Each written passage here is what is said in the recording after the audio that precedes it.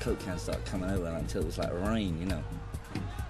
And like Bernie got clumped round the head by some sort of nasty policeman and lost his glasses. And it was getting really heavy. Night fell and there wasn't hardly any white people there, just the ring of troops around the edge of the grove, like, and all these blacks in the middle. The guy came up to me and I had a transistor radio in my pocket and he slapped it and he said, "What you got to do, man?" Right? And suddenly there was like a ring of about 20 of them around me and Paul. And I told them to leave it out. And the police were getting ready to charge down the other end of the street. And I had a bottle in my other pocket, so I brought it out and I said, "You should be picking these up, you know, not bothering about what I got in my pocket."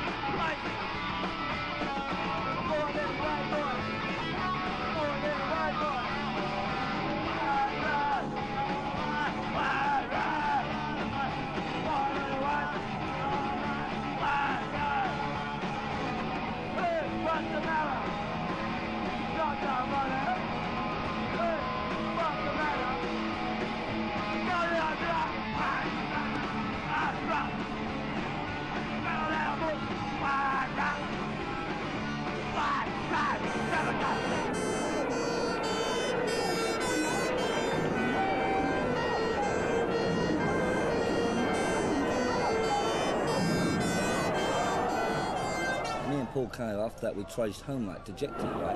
We got home, we had a cup of tea, and like we weren't saying anything, right? And it kind of felt bad somehow to get done by both sides of a riot, you know what I mean? Like, but like I just realised that that was other man's business. So like I just sort of wrote about a riot because I feel that bad really.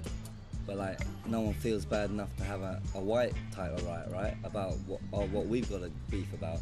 It's kind of like a dig at white people because everyone's like got a nice paycheck or got enough dope or, you know what I mean? Like everyone's like just piddling about really. White Riot, yeah, the lyrics were definitely misinterpreted by those that were keen to misinterpret it. It was almost stolen by the National Front. But in truth what Joe's saying is, look, you know, black people have got a lot of problems, but they deal with it. You know, they'll pick up a brick and get involved. And it's about time that we get involved as well. That's what he was on about. Everyone thinks we're a fascist group, right? And we're supposed to be anti-fascist, right? And even the fucking National Front are going to turn out to support us, right? So I don't care to fucking sign anti-fascist things, as long as it clarifies the issue. I think there's a lot of confusion. People who wear Nazi armbands and that, they don't know what it means. It don't mean anything to the kids who wear it. But I think there's a danger there that National Front could move in there and have all them kids like vote for us, you know? Just sort of an ignorant situation. So how do you define yourselves politically? Anti-fascist. Now listen, I want you to go out there and give this fella some stick. Oh, you do smell lovely. She will tell me where you get the smelly stuff from. It's the 70s, you know, everything is so bad in the 70s. It is ironic, really, the music's here because of that, you know, sort of crap that's going on. It's so sick, Britain now, or anywhere. It's all business, it's all tied up, just like the EMI thing, just like the media thing on the punk. It's just ridiculous. There's no honesty anywhere. You can't trust anyone, you know. And that's why, to me, the music is happening. It's the attitude of saying, look, we're going to forget everything because we want to get back to honesty, you know. Help me make it through the night.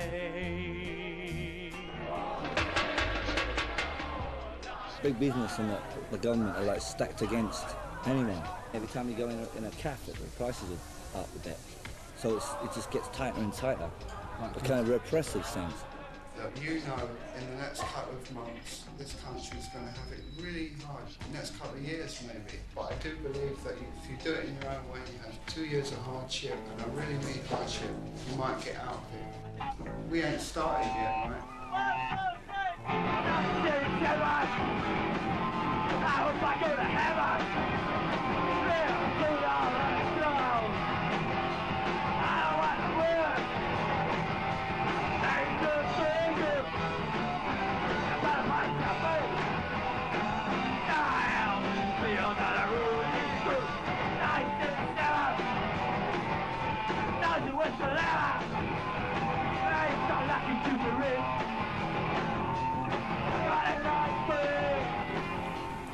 Well, 1977, we wrote it in the middle of last year. It was kind of like we just went on about the next year, you know, like in 1977, there's knives in West 11, you know, like people trying to rip you off, right? Like, lend me £2, man. And then there was like, but it ain't so lucky to be rich, because there's Sten guns in Knightsbridge, you know, like. Excuse me? You've got a right to film on these streets. If I was going to Knightsbridge to rip off someone, I'd take a Sten gun. Whereas I could probably rip someone off in Nottingham Gate with a knife.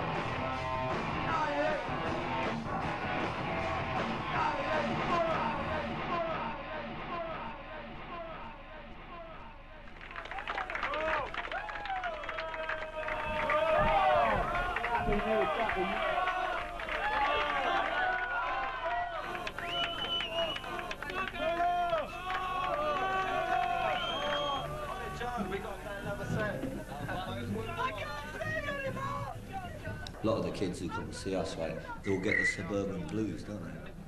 You talk to them after a gig, they've got to go back to Crawley, Newtown.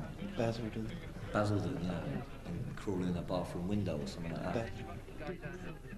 The whole purpose of communication is to, like, move other people into action. I mean, if I've moved one person, then that's enough. I suppose we make albums and we sell them, right? We get loads of money. I mean, that's just going to fuck us up completely. You've got to know when it's time to give up. Only time will tell, you just can't tell. Bands will withstand. If still in 4 years' time the Clash are playing gigs that wipe you out, they're writing songs that are really honest, if they can do that, then the music will stay fresh. From now on, right, watch our development and you'll be able to see who owns what and what happens to a group of people when they provoke. You can either get bought by the Americans, taken by the English back to the 19th century, or left in oblivion as an anecdote. And that's what people are going to learn from what we do next. That's 1977 for me.